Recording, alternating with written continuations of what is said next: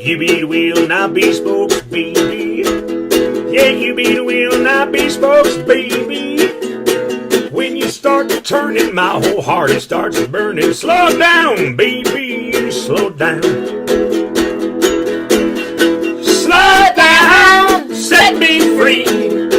Got my heart going round and round. You're living too fast. You got so much class. Slow down, baby, slow down. Yeah, we're here with Whiteboy James on the heels of his first European tour. And Whiteboy, I heard you got 2 encores each night, and people said they'd never seen anybody like you. How was it? It was great. The audiences were great. The hospitality was magnificent. The food was great. The company was beautiful. Oh, I agree. We had a great driver and guide, road manager named Wilsey, who lives out there with his wife, who's employed by the U.S. military. Great guy, beautiful house. He was a beautiful person. Really, really took good care of us. Yeah. And what were some of your musical highlights? You were talking about some conversations you had. Oh, just their point of view of it, their input, the questions they had. They're really students of American music. They love it, and they're very artistic people, very attentive, very polite. Mm-hmm.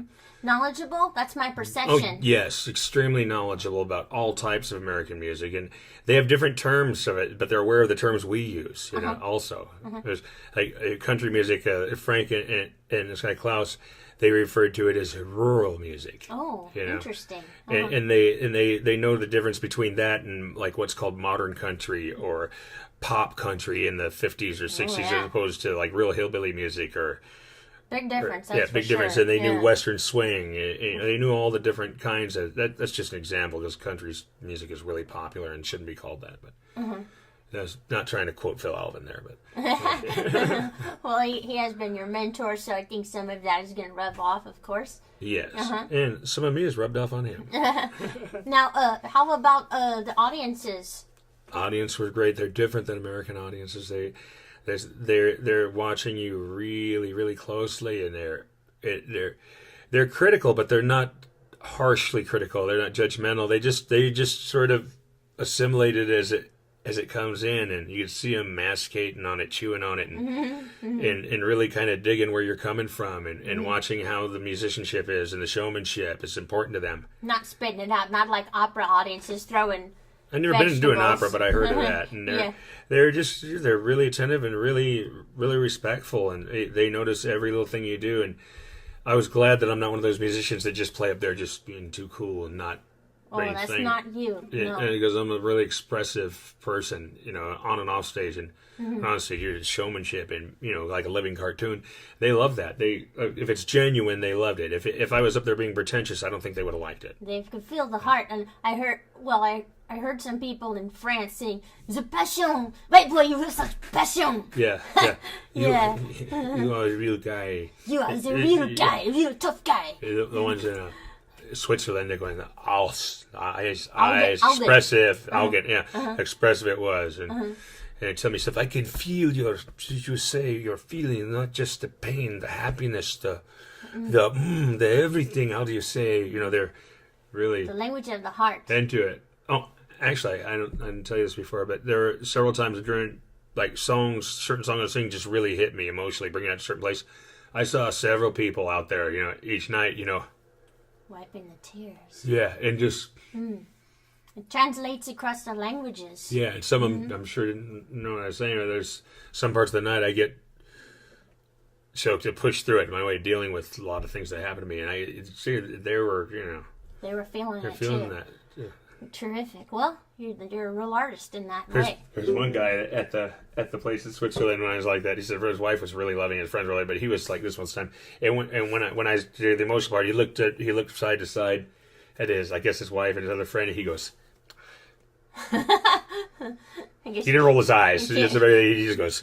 Can't win over everybody, I suppose. But 2 encores every night, and they never seen anybody like you. I got him with my harmonica solo that night at the Switzerland place where I did that thing, that lick I stole from John Clifton. Thanks, John. Yeah. After that, he goes. And for the rest of the time, he went from being like this to. Well, I mean, anybody who watches you do harmonica solos, putting your full gut into it, and like almost like a sumo crouch. They'd have to be like dead or extremely, jealous. It's not like to this. react. I'm not a really dexterous player. I don't have a whole lot of licks, but the stuff I play with everything I got. So I'm dizzy and fall down, and it doesn't matter if you just play what you know and play it as hard as you can. It's very muscular, right? I heard Blake say that you play the shit out of it. Yeah, I do. Yeah, I do. people can feel that. Yeah. How about non-musical highlights of the trip? Oh, well, I got to bring my wife, Jenny, there. You might have met her. She was very beautiful and extremely... She's okay, yeah. No, she's more than okay. You watch her. You watch her step there. She was like my corner man, like a fighter's corner. Kept me pepped up, kept my stuff in order because I was a wreck most of the time. And I could be really difficult, believe it or not, to live with. I know, but I can. And she was a saint, and I couldn't have done it without her. So I'd like to thank Jenny. Thank you, Jenny. Oh, you're Ali.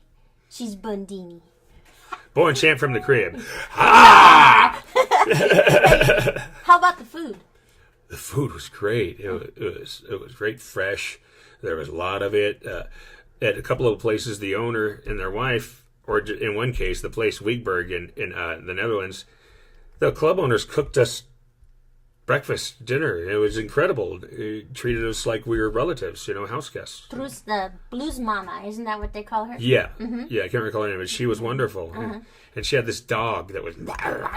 Yeah. And the guy at the bar said, "The dog will eat you." I go, "It tastes good." He goes, "So still he will eat you." And how about the architecture and the landscaping? Could you see much as you were driving many, many miles each day? A lot of... Oh, we could see it. It was just beautiful.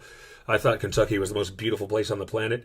Well, it's still one of them, but I don't know if it's the most anymore. They were just absolutely beautiful and green, and the forest, the Black Forest, this huge forest goes all over Germany.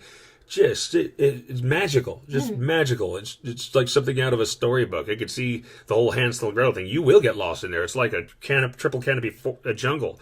And the architecture, the buildings have been there for hundreds of years. People still living in them. Like Frank at the place at the Black Forest on top of this mountain, up this the windiest road we'd ever been up.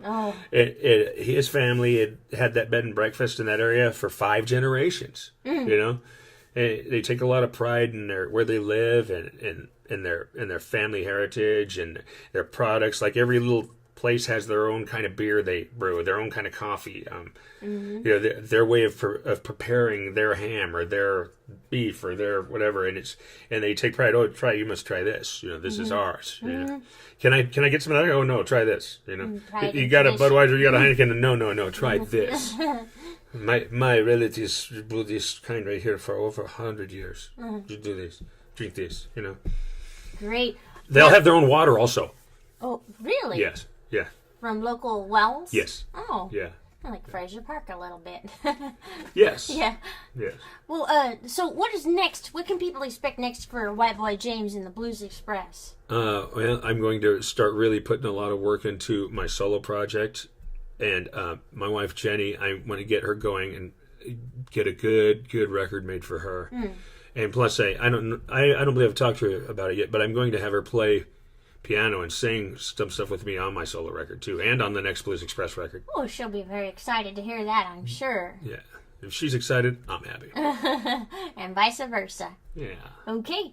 Well, I guess that's it for now. Oh, wait, one more thing. Oh, excuse me. I don't know if I mentioned it, but I'll mention again. Wilsey, our road manager, and our driver, and our mom and dad all rolled into one. Thank you so much. He was just absolutely fantastic.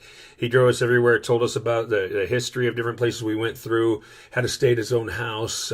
Cooked meals. Cooked meals for us. He was just absolutely wonderful. We couldn't have done it without him either. That's right. Thank you, Wilson. And thanks, Scott Abeta, for coming through on this thing. Thank you, Scott. And thanks to my band members, Max Bangwell, who is sometimes quite a handful like me, and Blake Watson, who is one of the finest musicians and nicest guys on the planet. Dear guys. Yeah, they're all sweet guys. Okay. Yeah. Terrific. So. And my wife Jenny, thank you. Thank you to Whiteboy James. Thank you to James Page. And that's it for now. So be looking for Whiteboy James. Thank you, Mike Tyson. Thank you, Muhammad Ali. Thanks, Brother Eddie. Look for him in the stars.